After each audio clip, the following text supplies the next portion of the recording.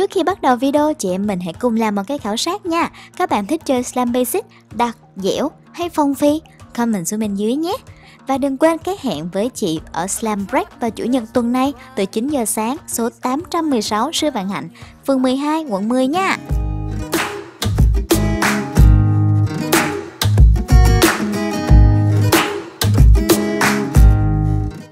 Bất ngờ đầu tiên chính là chủ đạo Slam kỳ này không phải là Slam trong, thứ mà các bạn hay nhớ nhất đến chị, mà là Slam Basic.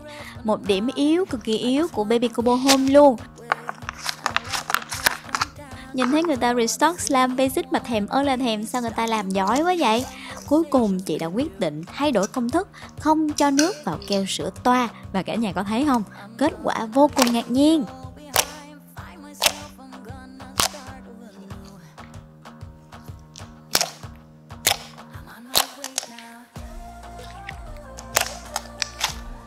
Bởi vì lượng nước đã được giảm tối đa cho nên bạn Slam sữa trứng hột gà ở trên màn hình vừa đặc nè, vừa dẻo, giữ được hình dạng tốt và rất thơm mùi sữa vani đấy.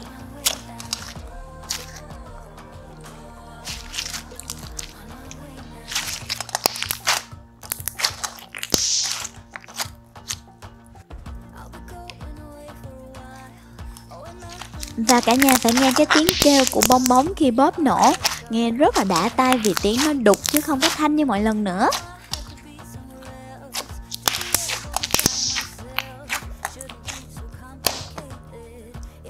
Và bạn tiếp theo có tên là Baby Blue, em bé màu xanh, em bé buồn, hay là màu xanh baby cũng được, tùy mọi người hiểu nghĩa sao thì hiểu.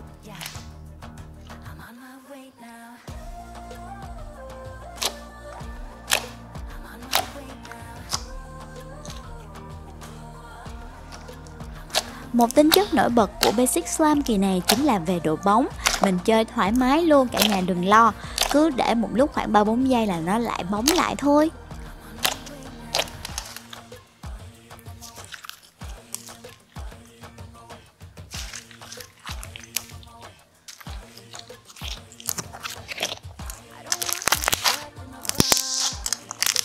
Do mùi Mỹ có nhiều tên khó nhớ quá nên là không nhớ chính xác bạn này có tên gì.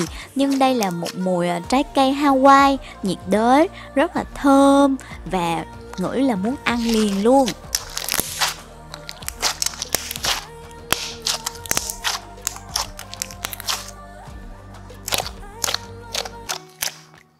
Và bạn thứ ba là một bạn có màu vàng chói chang, chị đặt tên là bắp rang caramel và có mùi bắp rang caramel rất thơm, đừng có ăn đó nha.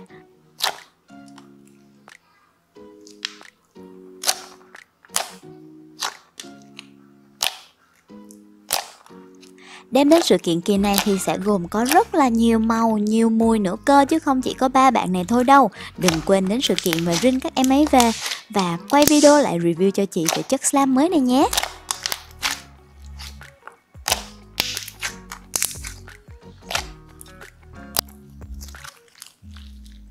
Và các bạn ở xa cũng đừng quên cho chị ý kiến về chất slam kỳ này bằng cách comment xuống bên dưới.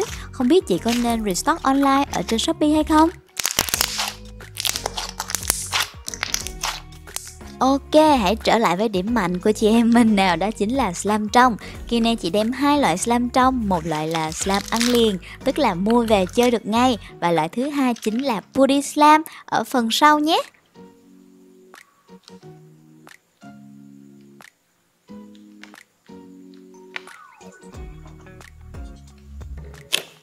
Đây là bạn slam có tên là hồ pha lê. Ở dưới hồ pha lê thì còn có cục kim cương nữa kia kìa. Và fishbowl màu hồng có dạ quang một chút xíu.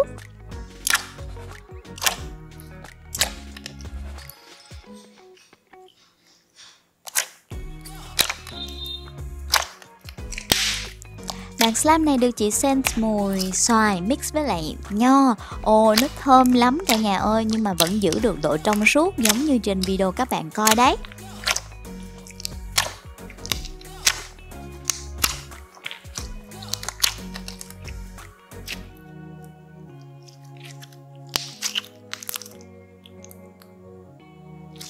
quên bên dưới còn có một chút xíu kim tuyến giấy lấp la lấp lánh.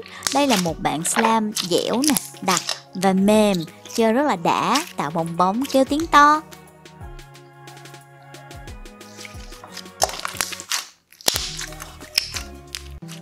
Bạn tiếp theo cũng là một bạn slam ăn liền luôn, mua về cái là chơi được liền, có tên là ngựa thần bị đóng băng. Cả nhà có thấy cái độ trong suốt không? Nhìn thấy được đáy luôn kìa.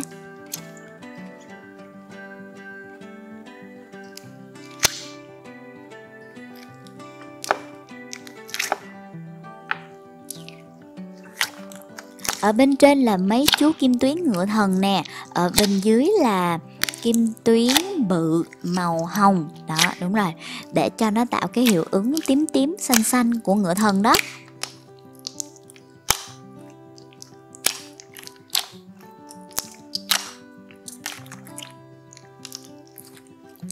Cốm ngôi sao cũng có màu ngựa thần luôn, và fishbone được chị kết hợp lại tất cả tạo nên một cái tông màu vừa nhẹ nhàng mà cũng nhìn là nghĩ ngay đến những chú ngựa thần.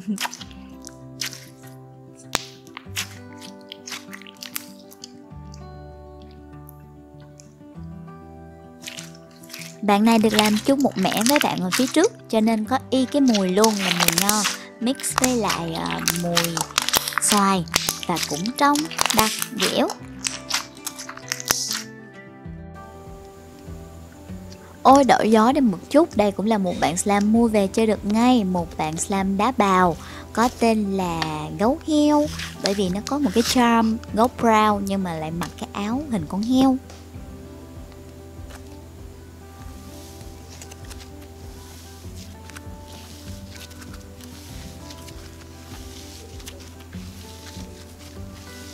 Ôi đây đúng là một chất slam đã bị lãng quên từ lâu, nhưng mùa hè này được các slammer đem trở lại.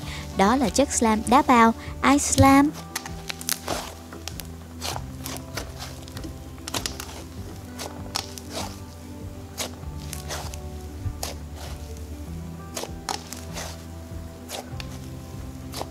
Bạn này có một cái màu đỏ tươi và không gì thích hợp hơn chính là mùi cherry bomb. À, bên trên bên dưới chị còn có để thêm một lớp nêu trái cây có hình quả chanh đào, tức là trái chanh nhưng mà có màu đỏ thì gọi là chanh đào.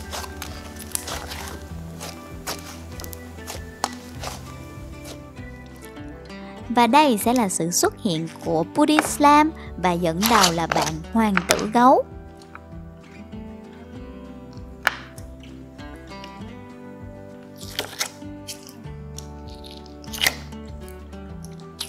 Khác với slam ăn liền chị em mình có thể chơi ngay, thì Puddy Slam là một dạng slam siêu siêu đặc luôn, và mình có thể chơi như dạng Puddy, tức là mình ngồi mình bóp bóp bóp để xả stress nè, sau đó là cuốn lại và tạo bong bóng để nghe tiếng kêu lách tách. Thì đầu tiên chị em mình hãy cùng trộn màu lại xem ra màu gì nhé.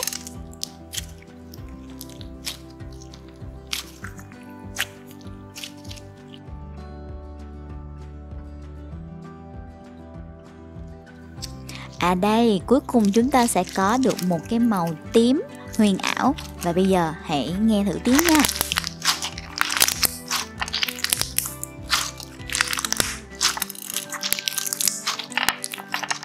Sẽ hơi cứng tay một chút, nhưng càng swirl nhiều lần thì tiếng càng to đấy.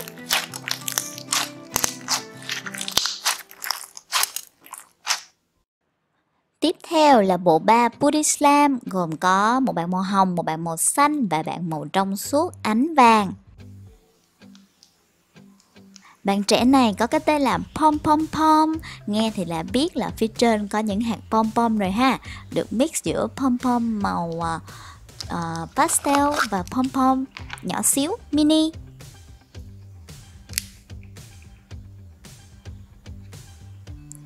Có pom pom ở bên trong rồi nên cảm giác bóp nó sẽ đã gấp đôi so với bóp Puddy Slam bình thường.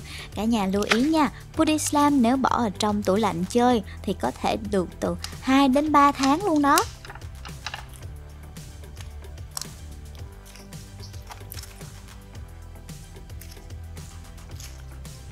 Còn nếu bạn muốn chơi giống như slam bình thường thì hãy phơi ngoài nắng từ 3 đến 4 ngày nhé.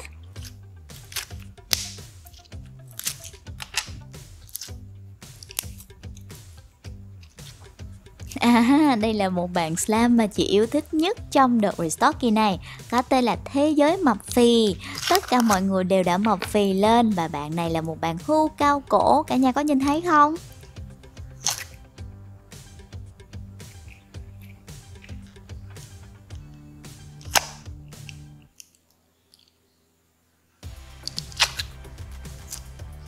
Bạn Thế giới mập phì này có tông chủ đạo là màu vàng nên mọi thứ trang trí bên trong đều có ánh kim.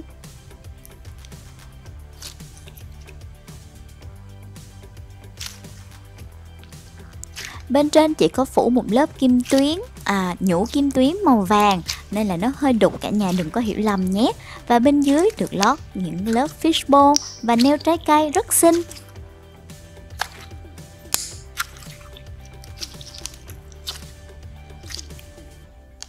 Đây là bạn Avalanche duy nhất ở trong collection kỳ này, có tên là siêu nhân heo.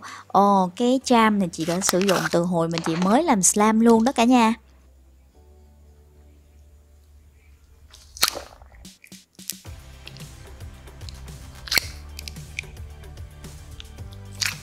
Và bởi vì chị cho vào trong collection Putty Slam luôn nên là nó chưa có dẻo đủ ra để cho những cái tuyết nó lỡ xuống phía dưới, thì cả nhà chờ đợi nhé. Và bạn slam cuối cùng có tên là Lava tham ăn. Ở bên trong đây có một em lava nè. Và nhìn nhiều màu vậy thôi, đây là một bạn slam trong suốt, được trang trí nhiều màu xung quanh, ở chính giữa vẫn trong nha.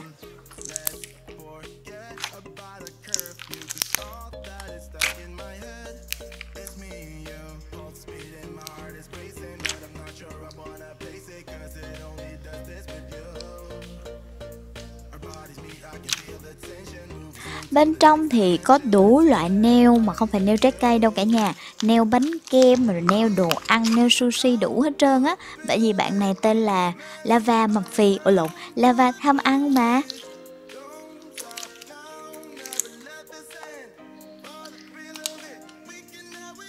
Cả nhà có thể trộn ngay lúc này rồi sau đó bỏ lại vào hũ, chờ nó trở thành slam rồi chơi tiếp, hoặc là chờ thành slam rồi trộn màu sau cũng không sao cả, bởi vì bạn ấy sẽ ra một cái màu rất là hay luôn. Cả nhà có đoán được là màu gì hay không?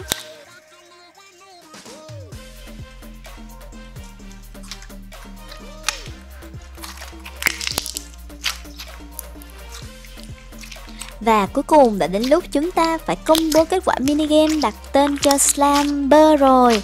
Và bạn Slamber này sẽ lên kệ ở Shopee tuần sau nha. Chị sẽ chọn cái tên là sữa đào của cô nàng Alice.